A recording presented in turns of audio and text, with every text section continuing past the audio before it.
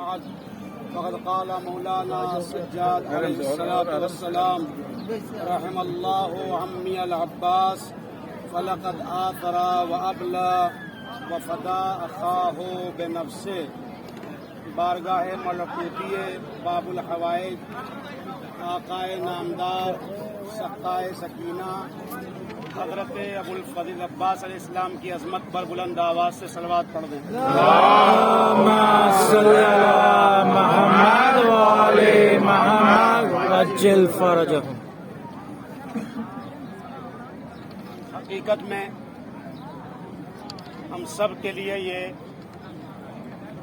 شکر کا مقام ہے، اور جتنا بھی اس بات کے لیے شکر ادا کیا جائے کم ہے. عقل 2 رکعت نماز شکریہ تو حق بنتا ہے کہ ہم لوگ ان دونوں حرم میں آ کر کے ادا کریں کہ جن اہل بیت نے ہم گنہگار بندوں پر یہ کرم کیا کہ اتنے معنوی اور نورانی فضا میں اور ماحول میں اور سرزمین پر شرف یابی کا موقع ملا.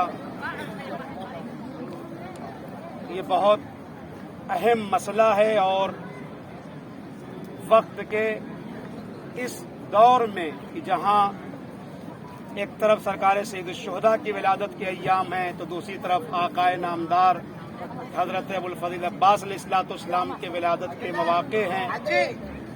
اس عظیم تاریخوں پر یہاں پر آنا یقیناً انتہائی سعادت اور خوشبختی اور نیک بختی کی علامت ہے. لہذا ہم لوگ وقت سے فائدہ اٹھائیں، اور اس وقت جس سرزمین پر آپ بیٹھے ہیں کربلا معلیٰ کی وہ بین الحرمین ہے. آپ کے ایک طرف مولا عباس علیہ السلام کا حرم ہے تو دوسری طرف سرکار سید الشہداء امام حسین علیہ السلام کا حرم ہے، جسے بین الحرمین کہتے ہیں. تو شاہ بہار ان لوگوں کے ان ساری مناسبتوں کے ساتھ اس شب جمعہ جس سے ہم لوگ قریب ہو رہے ہیں، جیسا ابھی آپ نے سنا کہ کیوں اتنی تاکید کی جاتی ہے کہ اس شب جمعہ میں سرکار سید الشہداء کی قبر کی زیارت کی جائے. کیوں؟ اس لیے کہ روایات میں بھی موجود ہے کہ ہر شب جمعہ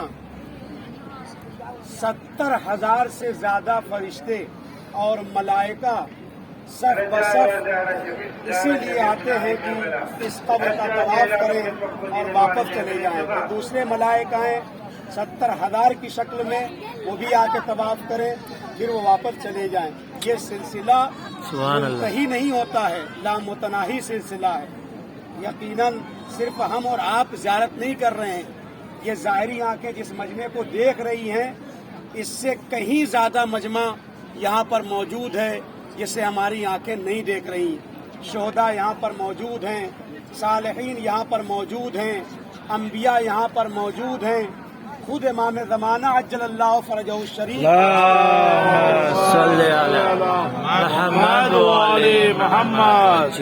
اور یہ جو فرشتے زیارت کرنے کے لیے آتے ہیں، جب زیارت کر کے جاتے ہیں، ان فرشتوں کا ایک کام یہ بھی ہے روایات میں کہ جو دوسرے زائرین ہم جیسے گنہگار انسانوں کی شکل میں یہاں آئے ہیں تو یہی فرشتے آ کر کے ان کا استقبال کرتے ہیں. یعنی وہ ہزارہ فرشتے ہمارے استقبال میں یہاں کھڑے ہیں، اور جب یہ زائر زیارت کرتا ہے تو اس کی حفاظت کرتے رہتے ہیں. جب یہ زائر پلٹ کے اپنے وطن کی طرف جاتا ہے تو اس کی مشائیت کرتے ہیں، یعنی بدرقہ کرتے ہیں، اس کو گھر تک چھوڑنے کے لیے جاتے ہیں. اب اگر وہاں جا کے یہ مریض ہوتا ہے تو اس کی یہی فرشتے عیادت کرتے ہیں. اگر گھر پہ یہ زائر مر جاتا ہے تو اس کی تشییع جنازہ میں یہ فرشتے شریک ہوتے ہیں، اور جب اس کے جنازے کو لے کے قبرستان کی طرف چلتے ہیں تو مشاہدہ جنازہ کرتے ہوئے یہ آگے بڑھتے ہیں. جب اس زائر کے اوپر نماز جنازہ پڑھی جاتی ہے تو یہ سارے فرشتے نماز جنازہ میں شامل ہوتے ہیں. کوئی معمولی مرتبہ یا شرف آپ کا نہیں ہے عزیزو، بے پناہ روایات ہے. وقت نہیں ہے کہ میں ساری چیزوں کو بیان کروں. انشاءاللہ مختصر سے وقت میں کچھ باتیں آپ حضرات کے گوش گزار کروں گا، اور انشاءاللہ جو موقع ملے گا ہوٹل میں یا دوسری جگہ پہ جو اعمال ہیں بالخصوص سرکار سید الشہداء کے حرم کے وہ اعمال اور وہ نمازیں، وہ اذکار، وہ دعائیں، بالخصوص کل کا چونکہ جمعہ ہے لہذا کل کی تاریخ میں نماز جعفر طیار کی نماز صبح کے بعد سے لے کر کے 11 بجے کے اندر تک اگر آپ پڑھتے ہیں تو بہت زیادہ اس کی فضیلت ہے امام حسین صلوات والسلام کے حرم میں. لہذا اس ایک عمل کو ذہن نشین کریں. اور اس کے بعد آج کی شب میں جو زیارتیں ہیں، زیارت وارثہ ہے اور دوسری زیارت ہے، اور زیارت رجبیہ کی بھی تاکید اس حرم میں بھی ہے. لہذا جو رات میں نے پڑھائی تھی وہ بھی انشاءاللہ پڑھیں. زیارت جامع کبیرہ کی بے پناہ تاکید ہے کہ اس حرم میں زیارت جامع کبیرہ بھی انشاءاللہ آپ کو پڑھنا ہے، اور مخصوص نمازیں ہیں میں انشاءاللہ عرض کروں گا. لہذا اس خراج عقیدت پیش کرنے کے لیے جو ہم اور آپ یہاں پر حاضر ہیں، اپنی اپنی توجہات کو امام حسین علیہ الصلوۃ والسلام کے ساتھ ساتھ باب الحوائج مولا عباس علیہ الصلوۃ والسلام کی بارگاہ میں چلیں. ہم پہلے انشاءاللہ باب الحوائج کی بارگاہ میں زیارت پڑھیں گے. وہ کون باب الحوائج؟ عزیزو، میں یہی سے آغاز کرتا ہوں. آپ نے نام مسجد سہلا میں سنا تھا کہ سید بحر العلوم ایک بہت بڑے عالم دین تھے جن کو امام زمانہ سے تشرف ہوتا تھا. وہ کہتے ہیں کہ میں انہی دونوں حرم کے درمیان تاسوعہ کے دن یعنی 9 محرم کے دن ہربلا کر رہا تھا، چل رہا تھا، تو میں گریہ کر رہا تھا، مجمع گریہ کر رہا تھا. عجیب فضا تھا، عجیب ماحول تھا. لیکن اسی مجمع میں میری نگاہوں نے کیا دیکھا؟ ایک جوان ہے جس کا باروب چہرہ ہے اور وہ یہ مرثیہ پڑھ رہا ہے: واہ حسینا واہ عباسا قد قتلا واہ مظلوما، واہ حسینا واہ مظلوما واہ عباسا قد قتلا واہ حسینا. یہ مرثیہ پڑھتا جاتا ہے اور آنکھوں سے اشک جاری ہے، یہاں تک کہ اس کی داڑھیوں سے آنسو جاری ہو کے اس بین الحرمین میں آنسو ٹپک رہے ہیں. میں آگے بڑھا، میں نے جا کے پوچھا: اے شخص مجھے بتا دے تو کون ہے؟ تو ادھر سے آواز آئی: اے بحر العلوم، کیا تم نے نہ پہچانا؟ ارے میں زمانے کا امام ہوں، آج بین الحرمین آیا ہوں، چاہتا ہوں اپنے جد حسین کا ماتم کروں اور اپنے عباس کا ماتم کروں. اجرکم اللہ. ہاں ہزادارو، جب زمانے کا امام آقا عباس پہ گریہ کر رہا ہے تو ہمیں کس قدر گریہ کرنا چاہیے، ہمیں کتنا رونا چاہیے. عزیزو، روایات میں ہے ایک مولا عباس پر کائنات کے بعد قیامت میں جتنے بھی شہداء ہیں، جتنے شہداء ہیں، سب رشک کریں گے، اس لیے کہ اللہ کی نزدیک جناب عباس کی شان و منزلت بہت زیادہ ہے. روایات میں ہے چونکہ دونوں بازو قلم ہو گئے تھے تو اللہ نے جناب عباس کو پر عطا کیے ہیں، جن دونوں پر کے ذریعے آپ تیر کرتے ہیں، یعنی آپ آگے بڑھتے ہیں اور آپ پرندوں کی طرح انسان سے بڑھ کر اعلیٰ علیین کی منزلوں میں گزرتے ہیں. آزادارو، چند فقرے اور. کون عباس؟ وہ عباس جسے بیویوں کی ٹھارس کہا جاتا ہے، جو سقائے اہل حرم ہے، جو پانی لانے کی ذمہ داری قبول کرتا ہے. عزیزو، بچوں کی آس عباس، بیویوں کی ٹھارس عباس. یہی وجہ تھی مقاتل نے لکھا: جب تک عباس زندہ تھے بیویوں کو سونا نصیب ہوا تھا، لیکن عباس کی جانے کے بعد ظالم سو رہے تھے لیکن اہل حرم کو سونا نصیب نہ ہوا. آئے وہ عصر کا ہنگام، وہ میدان بلا، آئے وہ توق و رسن، اف غریبوں کا گلا. ہر طرف چھائی ہوئی ظلم و ستم کی وہ گھٹا، ارے جا کے ٹکراتی تھی ساحل سے یہ زینب کی صدا.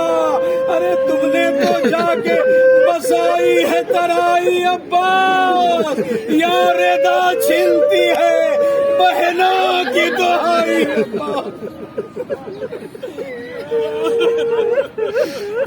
سن 61 ہجری کے واقعہ کربلا کو یاد کیجئے. آج اس وقت موسم نارمل ہے، کوئی گرمی کا احساس زیادہ نہیں ہو رہا ہے، آپ خاک پر نہیں پتھر پہ بیٹھے ہیں، لیکن اللہ رے حسین نے اپنی شہادت سے پہلے شب کے سناٹے میں جھک جھک کے کچھ اٹھا رہے تھے. ایک مرتبہ راوی نے پوچھا آقا آپ کیا اٹھا رہے ہیں؟ تو آقا نے یہی فرمایا تھا اے میرے چاہنے والے، ارے میری شہادت کے بعد انہی خیموں میں آگ لگے گی، بچے دوڑیں گے، میں یہاں سے کانٹوں کو اٹھا رہا ہوں. ننھے ننھے بچوں کو یہ کانٹے نہ چن جائے. اجرکم اللہ اجرکم الزہرا. آزادارو بس میں مصائب آقا کے ختم کر رہا ہوں. آپ اندازہ لگائیے آقا کا صرف ایک معجزہ عرض کروں گا اور اس کے بعد آپ کی آنکھیں اشکبار ہو چکی ہیں. آپ نمناک آنکھوں سے آقا کی بارگاہ میں انشاءاللہ زیارت پڑھیں گے. ایک شخص ہے جس کی پوری زندگی کا سرمایہ اس کی ماں ہے اور اس کے پاس کچھ نہیں ہے. آقا کو باب الحوائج کہا جاتا ہے. آپ نے بارہ سنا ہے اور واقعاً باب الحوائج ہیں. میں نے خود اپنی آنکھوں سے بعض مناظر یہاں پہ دیکھے ہیں. اسی بین الحرمین 2011 کی بات ہے. ایک بچہ تھا جو چل نہیں پا رہا تھا. امام حسین علیہ السلام کے حرم کے سامنے ادھر رک کر کے کھڑا کیا. اس کی ماں نے کہا میرے لال آقا کا نام لے کے چلو. میں نے اپنی آنکھوں سے دیکھا کہ وہ بچہ چلنے لگا. پورے بین الحرمین میں کوہرام برپا ہو گیا. سب نے بچے کو اٹھا لیا. جو بچہ کبھی نہیں چل سکتا تھا سنیے گا زندگی کا پورا سرمایہ ماں ہے اور کوئی نہیں ہے. ماں بیمار ہو جاتی ہے، یہ جوانی کی منزل میں داخل ہو رہا تھا، تڑپ جاتا ہے. ماں کو لیا ایک تابوت میں رکھا، لے کر کے آ گیا اور ایک مرتبہ زری کے پاس رکھ دیا. کہا اے باب الحوائج میں نے آپ کا بڑا نام سنا ہے، آپ باب الحوائج ہیں. میری ماں میری زندگی کا یہی سرمایہ ہے، آپ کرم کیجئے یہ شفا یاب ہو جائے. پوری رات حرم میں لیے تھا دری کے پاس لیکن ماں کو شفا نہیں ملی. مادادارو آخری واقعہ ہے، ماں کو شفا نہیں ملی تو ایک مرتبہ کھڑا ہو جاتا ہے اور شکوہ شروع کرتا ہے. کہتا ہے آقا عباس اگر آج آپ نے میری ماں کو ٹھیک نہیں کیا تو میں ابھی نجف جاؤں گا اور امیر کائنات سے آپ کی شکایت کروں گا. اجرکم اللہ جا کر کے مولا کائنات سے شکایت کروں گا اگر آپ نے ٹھیک نہیں کیا. لیکن ماں ٹھیک نہیں ہوئی، حالت ویسے ہی رہی. یہ فوراً خادموں سے کہہ کے چلا گیا. صحرا کی طرف جا رہا تھا، جاتے جاتے یہی کہہ رہا تھا کہ میں نہیں مانتا کہ آپ باب الحوائج ہیں. اے آقا عباس مجھے یقین نہیں آتا کہ آپ باب الحوائج ہیں. یہ کہتا کہتا نجف کی طرف جا رہا تھا. ایک مرتبہ ادھر سے ایک گھڑ سوار آیا. اس نے کہا بھئی کیا معاملہ ہے؟ کہا معاملہ کچھ نہیں ہے، دنیا عباس کو باب الحوائج کہتی ہے، میری ماں کو نہیں ٹھیک کر رہے ہیں، مجھے کیسے یقین آئے کہ وہ باب الحوائج ہیں؟ میں جملہ سنیے گا دادارو. کہا پھر کیا کرنا چاہتے ہو؟ کہا نجف میں جا کر کے ان کے باپ سے شکایت کروں گا کہ آپ کے بیٹے کا یہ لقب کیسا ہے اور سب کو بتاؤں گا کہ وہ باب الحوائج نہیں ہے. دادارو یہ کہتے کہتے ایک مرتبہ اس گھڑ سوار نے آواز دی، کہا تم نجف جا کر کے علی سے شکایت نہ کرو، ارے عباس نے تمہاری ماں کو ٹھیک کر دیا ہے. اگر یقین نہیں آتا آؤ چلو. کہا میں تو بہت تھک چکا ہوں. کہا یہ گھوڑا حاضر ہے. پیچھے بیٹھا لیا دیدو اور بٹھا کر کے لے کر آئے. کہا جاؤ داخل ہو، دیکھو تمہاری ماں شفا یاب ہو چکی ہے. اب جو اس نے مڑ کر دیکھا تو عجیب منظر دیکھا کہ گھوڑا تو موجود ہے لیکن جو مجھے لے کے آیا تھا اس کا نام و نشان نہیں ہے. اتنا دیکھا کہ ایک شخص ہے جس کے دونوں بازو قلم ہیں اور اس کے بعد وہ غائب ہو گیا. سمجھ گیا وہ کوئی اور نہیں، ارے آقا خدا گئے تھے.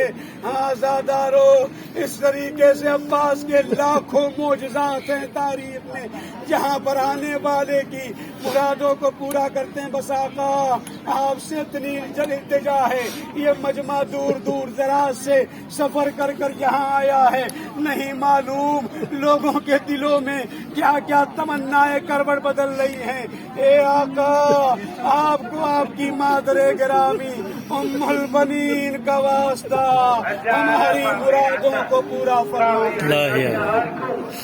آپ حضرات کے ذریعے 9 لاکھ بات اسلام کے ذریعے